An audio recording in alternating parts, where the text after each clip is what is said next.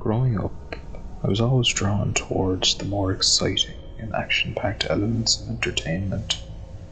Superheroes, Power Rangers, and Transformers, to name a few. These satisfied my imagination for a time, but as I grew older, I felt myself longing for something with a bit more substance and depth to it, something I could truly immerse myself in.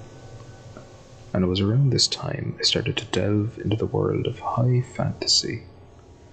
Classics like Lord of the Rings and newer additions to the genre such as The Elder Scrolls and Dragon Age became the gateway into which I discovered what is quickly growing into one of my big passions in life: Dungeons and Dragons. The endless role play and storytelling possibilities, the absolute batshit crazy situations a simple roll of the dice can land you in has had me obsessed with the game to this day. One of my favourite aspects of the game is homebrewing, creating your own world, classes, and monsters. And it was my eagerness to create my own monster that led me to one of my more chilling nightmares.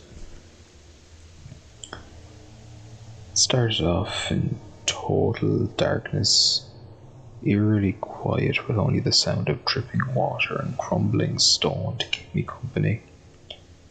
After a few moments of this oppressive loneliness, I hear the sound of running and ragged breathing. A figure running frantically through what looks to be a dilapidated underground tunnel, holding a ball of light to guide their way in a hand that was missing two fingers. Upon closer inspection, he looks to be some sort of elven mage. He leaves the ball of light floating in the middle of the tunnel and darts around a corner, pinning himself against the wall and conjuring a ball of fire in his hand, readying himself for something. That something quickly made itself known. What slithered out of that tunnel still sends shivers down my spine. A grossly overgrown viper, with teeth the length of long swords, dripping with acidic venom that sizzles as it hits the floor, and eyes with pupils as dark as pitch and irises that look jagged and scaled. But what truly terrified me, the numerous snake-like tentacles emerging from the back of its head. And on the end of each of these hellish protrusions were human heads, each with a different ghastly expression of pain, despair, and anger, each in a different state of decay, and every single one of them was screaming.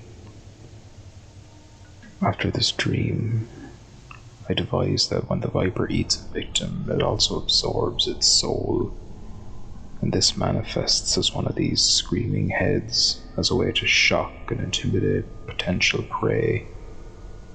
Maybe the fear makes them taste better. The heads, as well as the viper itself, start to focus on the ball of light, entranced by it.